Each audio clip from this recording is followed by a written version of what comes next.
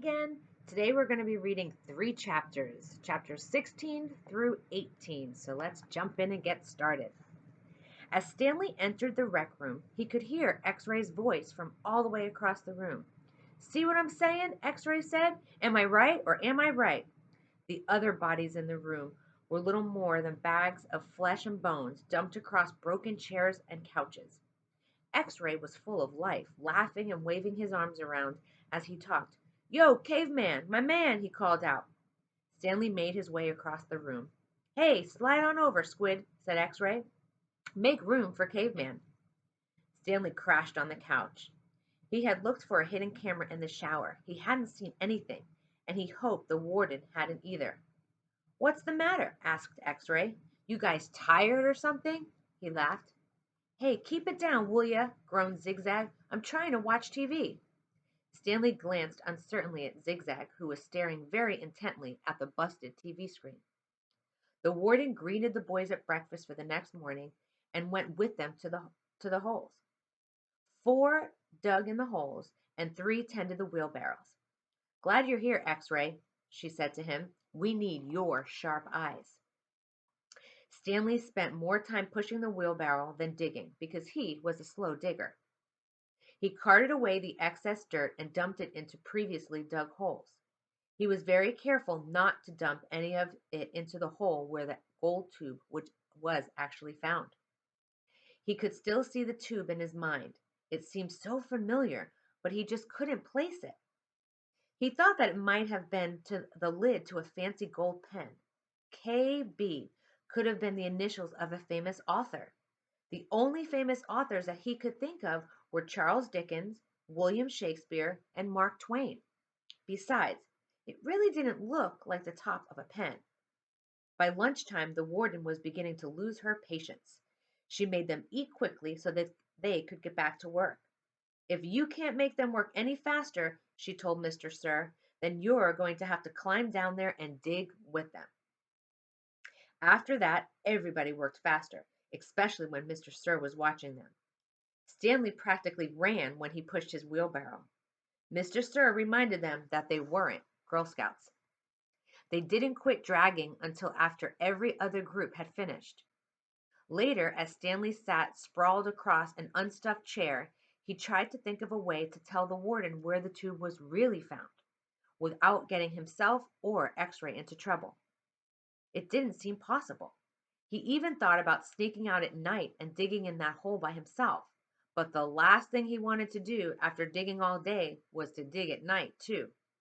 Besides, the shovels were locked up at night, presumably so that they couldn't be used as weapons. Mr. Pendanski entered the rec room. "Stanley?" he called as he made his way into the room. "His name's Caveman," said X-Ray. "Stanley," said Mr. Pendanski. "My name's Caveman," said Stanley. "Well, I have a letter here for someone named Stanley Yelnats," said Mr. Pendanski. He turned over an envelope with his hands. "It doesn't say caveman anywhere." Thanks," Stanley said, taking it. It was from his mother. "Who's it from?" Squid asked. "Your mother?" Stanley put it in his pocket. "Are you going to read it to us?" asked Armpit. "Give the man some space," said X-Ray. "If Caveman doesn't want to read it to us, he doesn't have to. It's probably from his girlfriend." Stanley smiled. He read it later after all the other boys had gone to dinner. "Dear Stanley, it was wonderful to hear from you. Your letter made me feel like one of the other moms who can afford to send their kids to summer camp. I know it's not the same, but I am very proud of you for trying to make the best out of a bad situation. Who knows? Maybe something good will come out of this. Your father thinks he's real close to a breakthrough on his sneaker project. I hope so. The landlord is threatening to evict us because of the odor. I feel so sorry for the little old lady who lived in a shoe. It must have smelled awful.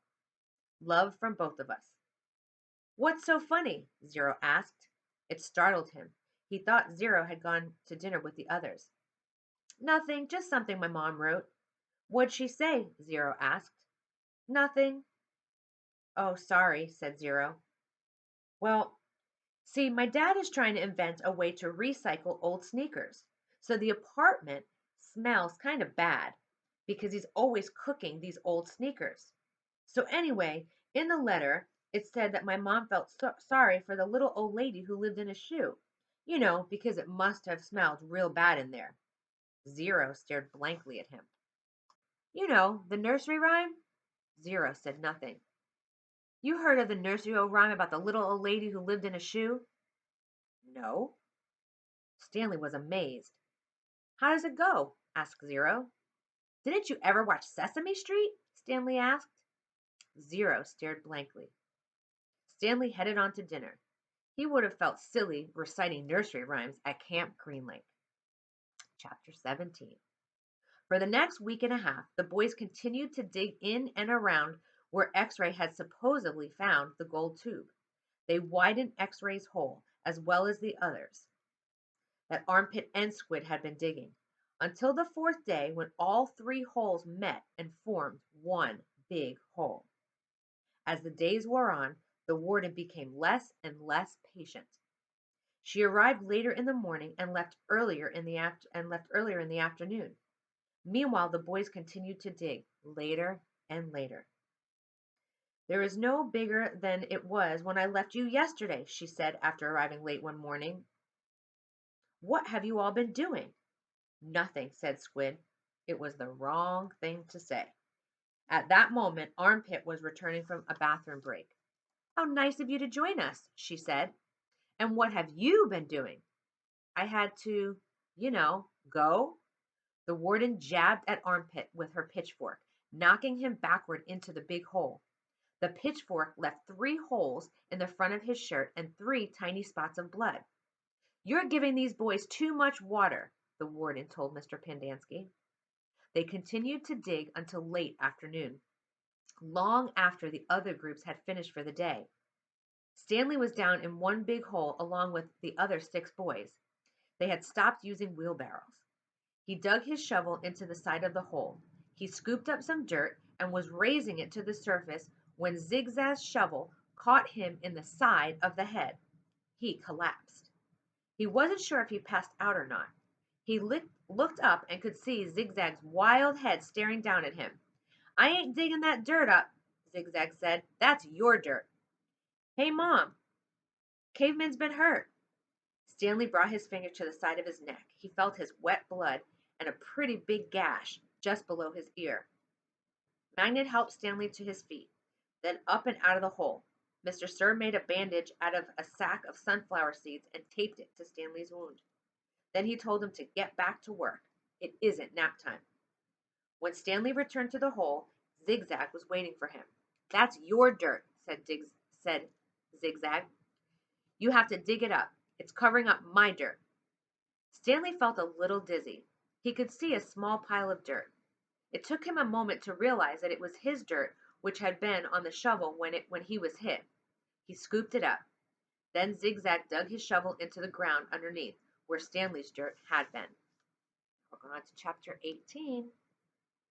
The next morning, Mr. Sir marched the boys to another section of the lake, and each boy dug their own hole, 5 feet deep, 5 feet wide. Stanley was glad to be away from the big hole.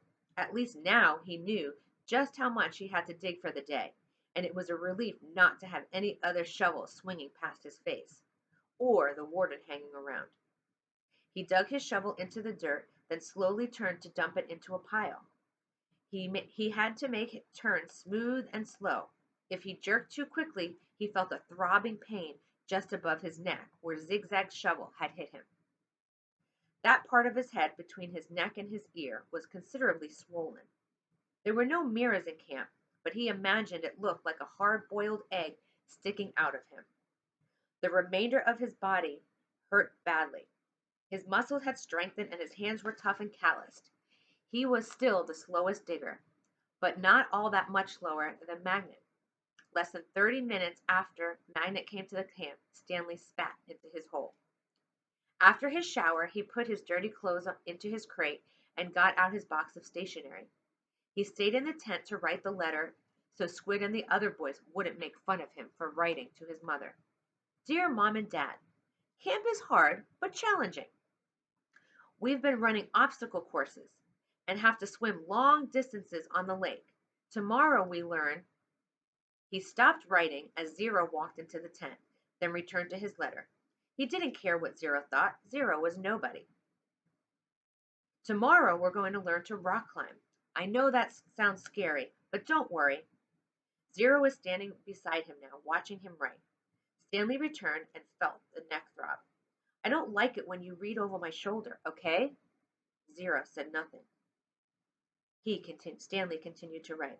I'll be careful. It's not all fun and games here, but I think I'm getting a lot out of it. It builds character. The other boys, I don't know how, said Zero. What? Said Stanley. Can you teach me? Stanley didn't know what he was talking about. Teach you what? To rock climb? Zero stared at him with penetrating eyes. What? Said Stanley. He was hot, tired, and sore. I want to learn to read and write, said Zero. Stanley let out a short laugh. He wasn't laughing at Zero. He was just surprised. All this time he had thought Zero was reading over his shoulder. Sorry, he said. I don't know how to teach. After digging all day, he didn't have the strength to try to teach Zero how to read and write. He needed to save his energy for the people who counted. You don't have to teach me to write, said Zero, just to read. I don't have anybody to write to. Sorry, said Stanley again. His muscles and hands were the only parts of his body that had toughened over the past several weeks. His heart had hardened as well. He finished his letter. He barely had enough moisture in his mouth to seal the stamp and lick the envelope. It seemed that no matter how much water he drank, he was always thirsty. So we'll continue with chapter 19 next time. Hope you're enjoying this as much as I am.